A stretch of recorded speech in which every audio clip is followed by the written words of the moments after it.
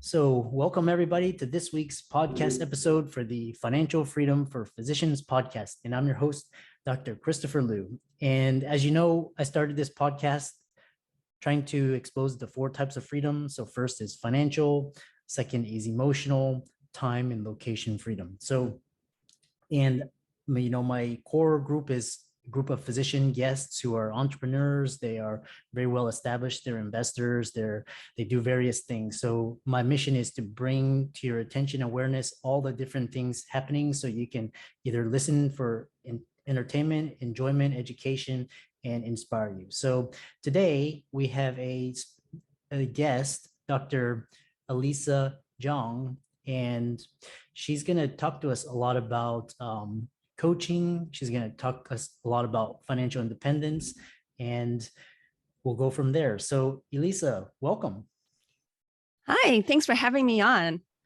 Yeah, it was so interesting. We were talking backstage, and I'm glad we were able to connect and you're able to come onto the podcast. I think the listeners would have a lot of value from your appearance. So tell us all about your background, your journey, how you started, and how you got into what you're doing now. So I'm going to start my story with just when I started learning about like personal finance and investing. And that actually was early on in my when I was actually a medical student. So I did an MD PhD program, medical science training program. And, on average, that's 8 years. And I did in Cleveland, Ohio, which has a relatively low cost of living. So actually, a lot of us end up buying a primary residence, since 8 years is long enough to make it worthwhile to buy something. And I was also married, so that helped. My husband didn't have a job when I started, but obviously, started looking for a job. And he is now a high school teacher. And I actually grew up in the suburbs of Cleveland, Ohio. So in the end, I ended up buying the home I grew up in from my parents, and we, structured it basically where I got the largest mortgage I could qualify for. And back then, it was actually very easy to qualify for mortgages. This was before the whole, mortgage bust. And in that process, I really just started learning about personal finances and investing. I started reading and following like the Motley Fool. I eventually read Rich Dad Poor Dad. And, and this is kind of as years were going on, my parents actually recommended I open a Roth IRA right after I graduated college. I actually took a year off between undergrad and medical school in order to actually apply for medical school. And so I had the Roth IRA to invest in. And so I started doing some individual stock investing as well as just, index fund investing. And then after reading Rich Dad and Poor Dad, I actually started getting to real estate investing. And by that time, I was actually in the graduate part of my MD PhD program. And in retrospect, that was probably the first time that I kind of experienced some burnout. I really felt a little lack of autonomy as a grad student, which I know, just my principal investigator, my PI, he was just very micromanaging in his style, and I was kind of, I'm very self-directed. And so I just like little things where like he didn't want me to listen to music while I was doing experiments just didn't make sense to me. And yeah. And so I actually finished my PhD portion kind of off cycle. So I could have gone back to med school, but like lost a lot of elective time. And so instead, I just went ahead and graduated from my PhD and took, I think it was like 8 months off in order to just start third year medical school in July when everyone else starts. So during that time, I actually flipped 2 houses. I flipped one house during that time and then bought the second house and then finished flipping it during, third and fourth year of med school, third year of med school. And really went around and met other real estate investors, got involved in some other deals, acted like a property management manager for like 2 investments where we had 2 houses that were renting to college students. And so I property managed that for a while and just really learned a lot about real estate investing during that time. And also just investing in, my Roth IRA as well. So actually, like I kind of really built a really good financial background very early, which I think was really helpful in the path to achieving financial independence. That's a wonderful. I'm glad to hear to hear about your journey, because we were similar, because I was MD PhD, and I also started investing very early in real estate too, where I was in the Houston area. So question for you, which is really interesting, was when your motivation for investing was, what was it? Was it just curiosity? Was it, you felt like you had to, or just, I'm curious. Yeah. So like I said, at some point in grad school, I was like, man, I do not want to live a life of having to chase research grants. And, you know, my friends were, in medical school, and some of them were starting residency. I'm like, wow, you really work hard. And it's not that I was afraid of hard work. I actually went to Caltech for undergrad and worked, studied crazy hours to do well there. It was actually a really tough school. But at some point I realized, like, I want to be able to live on my own terms. I don't want someone telling me what to do, like the lack of autonomy during grad school and having someone micromanage me. Like, I want to be my own boss. Uh-huh. And, and in medicine, I think that's still a possibility, right? I mean, you can have your own private practice and still be your own boss, but that is being entrepreneur. And in reading Rich Dad Poor Dad was kind of like, well, but is that just really being self-employed versus actually being a business owner? And so I was really looking at, like, how can I find ways of, having my money work for me so I don't have to work for money. Yeah, that's a really, and it's good that you learned early on, just because most people don't start till they're after residency and their attendings, and they, at that point, if they haven't had good financial education, they make a lot of mistakes, so they have a lot more at stake. So yeah, it's curious, because mine was, I started investing because I knew I would be 4 years behind, and all my classmates would be 4 years ahead. So I wanted to, when I finished, at least be equal footing. So I made myself learn how money worked and how to make money work for me. So, but so our paths, our journeys are so interesting. Um, so yeah, tell us. So now you have a Roth IRA, you have real estate, you've been property management. So and you're currently practicing, or are you? I know you're doing a lot of coaching. So tell us more about what you're doing now. Yeah, so I went back to med school, and it's funny, during third year, I kind of went through each rotation. I was like, not this, not this. And I was really kind of getting worried. I'm like, oh my goodness, am I not going to practice medicine after all this time? And at least I wouldn't have the loans having done the MSDP program. But I actually did fall in love with ophthalmology and surgery. And so I ended up doing ophthalmology residency at Northwestern. I love residency. I did oculoplastics fellowship, and actually I really love fellowship. But during that time, I wasn't really investing in real estate. Like I said, I flipped the properties and made good money on the flipping of those properties. But in retrospect, I would have made better money holding on. Because they would have been great birds to refinance, get the money out, and just rent those. But I don't know. There was something in me that just said, okay, that once I become, intending physician, I'll really have a lot of capital and be able to invest in real estate, actively. And I was starting to learn about syndications at that time as well. Yeah.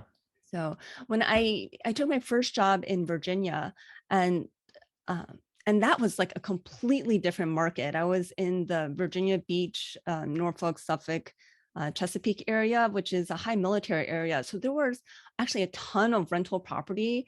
I ended up renting a house for $1,800 a month. That was like 4-bedroom, 2.5 bath, like hardwood floors, granite countertops, like, yeah, like this beautiful house for $1,800. I was like, this makes no financial sense. Like, whoever's renting me this is not making money. And the thing is, that wasn't like the only house like that. There were other houses, in that were just like, that was the market. And so that really made me pause in buying any rentals in Virginia. And so I started looking into syndications, but of course, to be a kind of investor, I had to actually wait the 2 years of making the intending income. And over that time, I basically realized that that the practice I had joined, I had hoped to become partner and, be an owner and and be on, more on that kind of business management side. But when I realized that wasn't going to happen, then I decided, well, I should go back home to Cleveland where I really know the real estate market. I can start like doing my investing again. Like I have contacts there.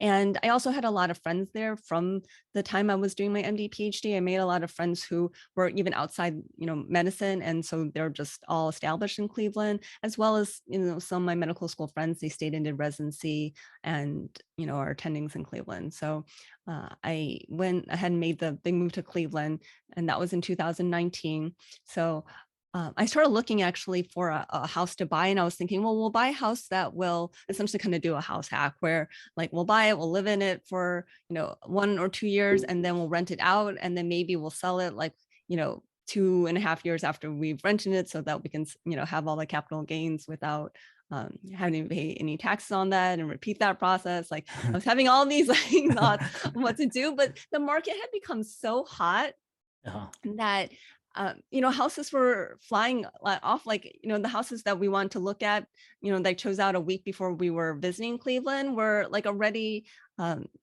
you know, like off the market, like, already under contract by the time we actually came a week later. So I was like, gosh, I can't buy in this kind of speed. So I was just like, okay, we'll rent. And then once we get here, then I'll find stuff. But yeah, like the market really has, it's like a completely different environment from when I was investing before. When I flew those 2 houses, they were both foreclosures, and there were tons of foreclosures. And, in a way, there were like tons of deals. I should have done more. And so I was just in total sticker shock.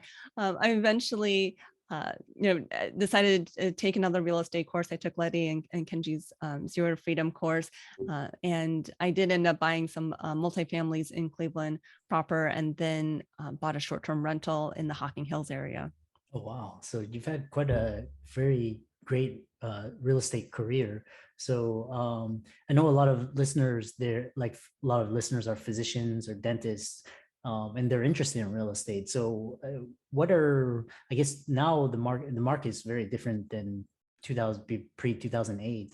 What are some of the differences that you see and some of the pitfalls? I know there's talk about, housing bubble, maybe comment on that. Yeah, so we've been lucky in that interest rates have been kind of low for a long period of time, and now they're starting to rise. And I do think with the rising interest rates, it is a little harder because the housing market is still kind of hot and priced, not low, that's for sure. So you've got to work a lot harder to find a deal. And then now with the increased interest rate, it's like you need even better deals so that you can get that cash flow if you're aiming for like a 10% cash on cash return. I think it is easier to do that with a short-term rental, but you've got to be really aware of the regulations of wherever you're buying that short-term rental. And because, a new regulation could come up and that could totally kill your model if you can't continue to rent it as a short-term rental. Yeah, exactly. And I also read somewhere that a lot of institutional, BlackRock and all of these Blackstone, these funds are actually just buying up, real estate, just buying, they have the funds. And so a lot of investors are getting priced out because, these institutions have so much money just buying up properties. So yeah, it's definitely a totally different landscape than, pre-2008. So yeah, now there are even like syndications that are looking at single family homes, whereas before I think syndications more looked at, big apartment complexes and self-storage and commercial and, hotels. But I know the Alpha Investing Group has a syndication that you can buy where they're actually buying single family houses in the Southern Ohio area. Yeah, exactly. What are some good resources for people to go and read about real estate? I know there's a novice investor, there's people that never own real estate, and there's the seasoned. So what are some resources that helped you to get started or helped you to continue your education? Yeah, so I've taken a lot of real estate courses. So back when I, was a med student, grad student, I actually did the Rich Dad Poor Dad like real estate courses, which was like $18,000, right? Oh, And wow. yeah, and they really sell it to you, like sitting there and they're talking to you how like I mean, it really spoke like you go to college, it's not guaranteed money after you graduate college, and but these courses are guaranteed to teach you how to make money, and they start telling you to call your credit cards and up your your credit limits. So I was I had a fighter under me to make money in order to actually pay back that 18,000. And I have to say, those courses were not that great. I would not actually recommend those courses.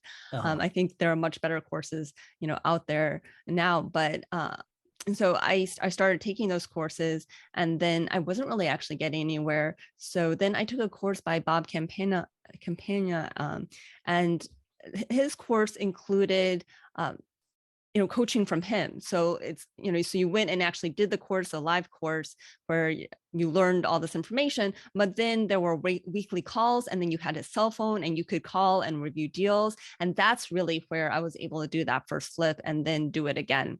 And so I really think having a mentor, someone to guide you, someone to review things, as well as having a community to discuss deals, to talk about if you have a win, to share those wins so that it keeps reinforcing your propensity to move forward. And also when you hear about other people's fails, but then how they learn from it, then you can learn from other people's mistakes and hopefully avoid making those mistakes yourself. So, I think those are what's really important is mentorship, community, and of course, educating yourself either through courses or books or, some combination of that. Yeah.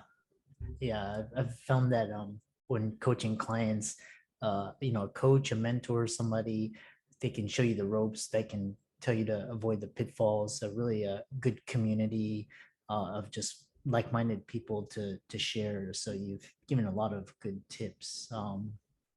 And now, what are you doing currently? Are you doing real estate, or are you doing syndications, or tell us All more of the about that? above. Oh, everything. Yeah. Wow. Yeah. And so I do coaching as well. And so I got into coaching because of burnout. So when I moved back to Cleveland, I ended up taking a job at a big hospital system, which kind of never wanted, but I just wanted to come back home to Cleveland. And that was kind of my, ticket to do it. Oh, But definitely lack of autonomy there. And I was taking 24/7 call, uh-huh. which I had agreed to, um, but the way the expectations of my division had in how I took the call was not, we were not on the same page on that. So, so coaching really helped me get through the burnout of being at that job. And, I was actually at that point where I was ready to quit my hospital job and start my own private practice. And again, be the entrepreneur, business owner. But as I thought about it, coaching has a lot of the aspects of medicine that, I love in terms of being really able to help people and connect with people. And it also doesn't have all the regulation of medicine. Mhm. And it also gives you other freedoms, like you talk about the four freedoms: location freedom, time freedom, financial freedom, and emotional freedom. Well, coaching actually kind of gives you that financial freedom because it allows you to manage your mind. And so I continue to have my own coaches to work with to continue to manage my mind and have that emotional freedom. Um, but having a coaching business also gives location freedom because, I coach over Zoom calls. I can do that virtually from anywhere. Whereas if I open a private practice oculoplastics clinic, then I am very much tied to the location of, where my clinic is and where, I'm doing surgery. Yeah.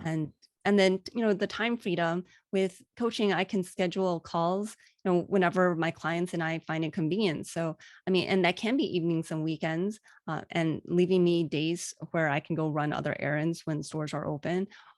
It can be whatever works for me, as opposed to kind of, the typical clinic model where you're working, weekdays, 8 to 5 or whatnot, because that's when, ASCs are open. That's when people expect to be able to go clinic. Though, of course, nowadays people would love to have clinics open on weekends and evenings, but then you also have to find staff that are willing to work those hours. And so that can all become, just more of a handful. So, so I decided to start a coaching business instead of starting my own private practice. And I went down to working part-time as a physician in order to have that time to work on my coaching business. Nice, nice. So it sounds like wow. So you actually, I like the way how you think about things and how you weigh the pros and cons. And so I know a lot of physicians are interested in coaching. Can you tell us like more about like which certifications, or if you did get any, or just in terms of how to get into coaching for the listeners out there? And so I did certified at the life coach school. And part of it is because my introduction to coaching was through Sunny Smith and listening to the life coach school podcast. And, when I started listening to that podcast, I really binged it. I had read like, some self-help personal development books before and like never finished them. It just didn't click with me. But when I heard Brooke Castillo talked about the model and I really thought about it and a lot of the things that she teaches, it really made sense to me. And when I incorporated, the tools that she teaches, like it really made changes in my life. And so, I was just kind of all in on the life coach school and did that certification. And honestly, like when I did that certification, I was still I wasn't necessarily like, yes, I'm going to be a life coach and make a business out of it. Part of it was, so I did during COVID. And so I had kind of a lot more time on my hands because I wasn't, my social life had kind of come to a halt and all my vacations were canceled. So I thought like, well, why not do this for more of my self-development? But I really found that I loved doing the coaching during the certification. Of course, you do a lot of peer coaching in order to develop those skills. And I just really enjoy doing the coaching itself.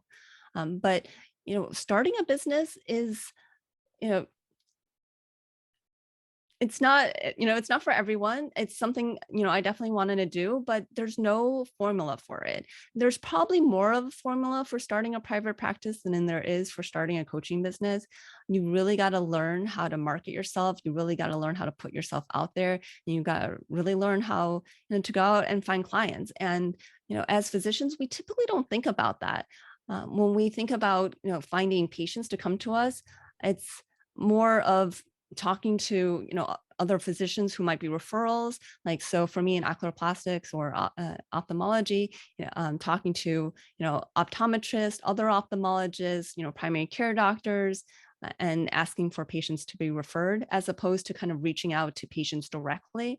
But as a coach, it's really reaching out to your clients directly, and that has a lot different mindset. With being a physician, if you take insurance, and you're really kind of separated away almost from the payment, right? And the patient comes in, they get their insurance, you bill the insurance, like there's a copay for the patient, like and as physicians, there are a lot of times where like we'll order something and we have no idea how much that will cost a patient. Like if you order a lab, you don't know what the patient's copay is or how much it's going to cost to the patients. You just kind of order and send it off. But when you're really running a business, you definitely do have to start learning some of those things. And so I think probably in private practice, people do start kind of knowing all the specifics. And I do think it's actually important, even if you are employed physicians, to start learning like what are the collections when you do a procedure, how much do you get paid for that? And how much is the patient paying for that? And what the difference is.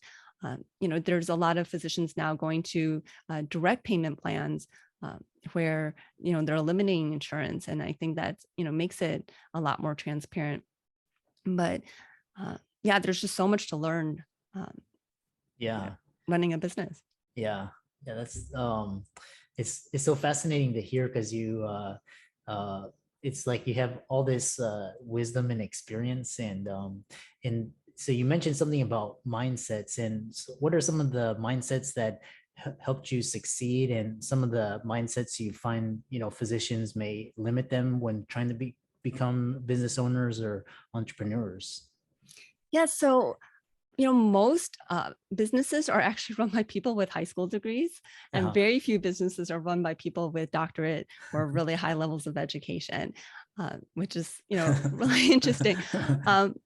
We as physicians tend to be kind of perfectionistic, right? Like, depending on what we do, like lives, matter. Like if we make a mistake, it could really seriously like harm or affect someone. And so we really want to avoid any kind of mistakes or any kind of failures. But in the business world, like you're going to have failures all the time. And in fact, like that's how you move forward, right? It's all kind of experimentation. You don't know exactly what's going to work. So you've got to just put something out there, see if it works or it doesn't, like tweak it, put it out again. And basically it's an endeavor in failing forward.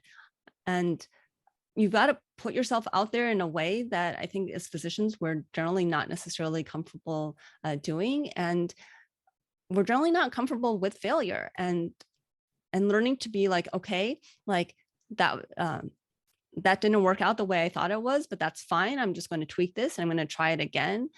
Uh, and just having that mentality yeah, like every time I try something, I'm learning something new, and just keep moving forward.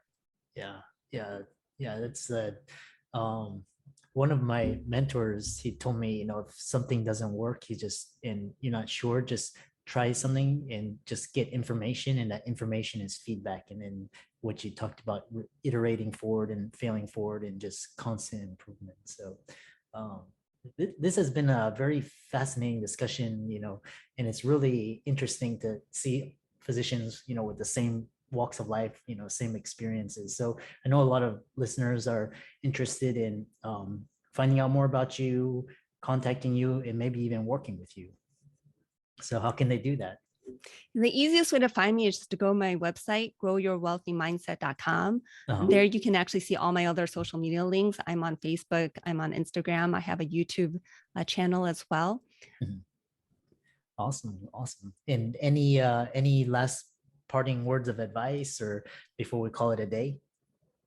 Yeah, so I really believe that by having financial security and kind of working that path so that when you're financially independent, that physicians can then be in a much better place to kind of negotiate at their job and really practice medicine the way they want to.